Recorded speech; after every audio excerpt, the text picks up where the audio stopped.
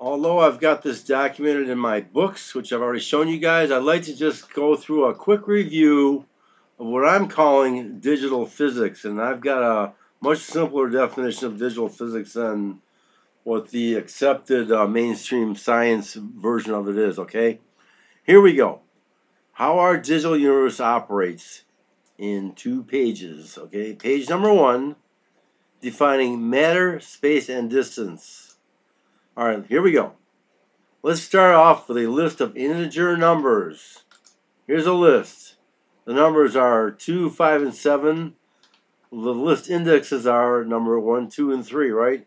Okay, we have just identified a 3-particle, one-dimensional digital universe, believe it or not.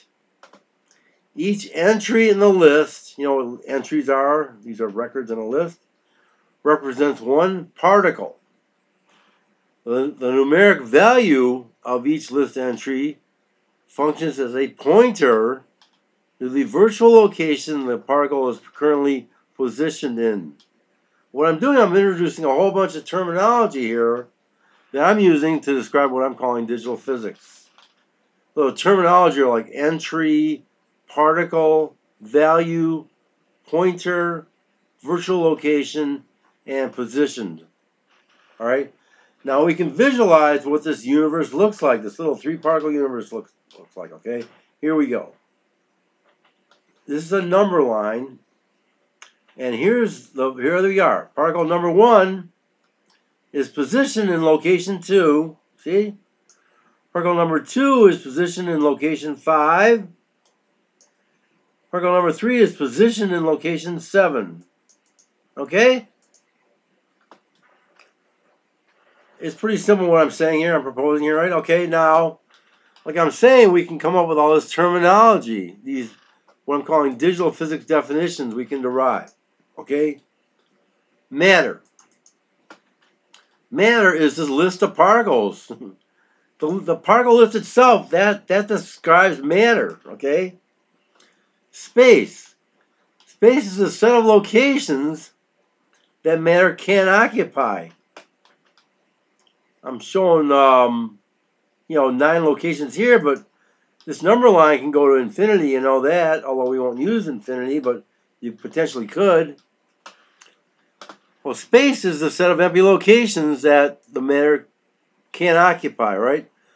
Now, there's a concept of occupied space versus empty space. If a particle is positioned in a given location, it is occupied. So what are the occupied positions here? Location 2, location 5, and location 7 are occupied. The rest are empty, okay? Co-occupied space is another term I've come up with. That occurs when more than one particle is positioned at a location. Now, we don't have any examples in this particular list here, but if, let's say, if particle number 2 was also at location number 2, then location 2 would be co-occupied with particles number 1 and particle number 2. And finally, relative distance is the count of intervals that occur between 2 locations.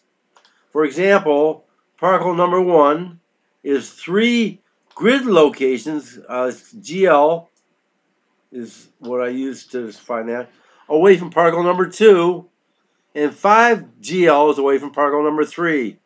So particle 1 is 1, 2, 3 locations away from particle number 2, 4 or 5 locations away from particle number 3. All right? We got all that from a simple list of integer numbers. Now this list defines a static state of the universe at a given moment in time. So let's call this state of the universe, to define this list right now, we're going to call it state 0. Alright? That's page 1. Page 2 is coming up. I hope this stuff is simple enough for you guys.